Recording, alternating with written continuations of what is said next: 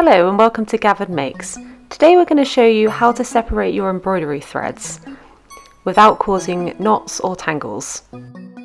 As you may know, embroidery thread comes in 6 strands and these will need to be separated for certain projects, including embroidery and cross stitch.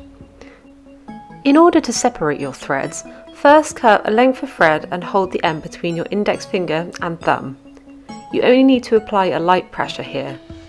Separate one strand of the floss with your other hand and hold. Keeping your hand relaxed, pull the single thread forwards and away from the rest of the other threads. In your hand you should see the thread gathering, but don't worry, it will not knot. Once you've separated your first thread, put it aside and continue the same method for how many threads you need. Always remember, the key is to keep your hands relaxed and don't pull the thread too hard, just gently feed it through your hand.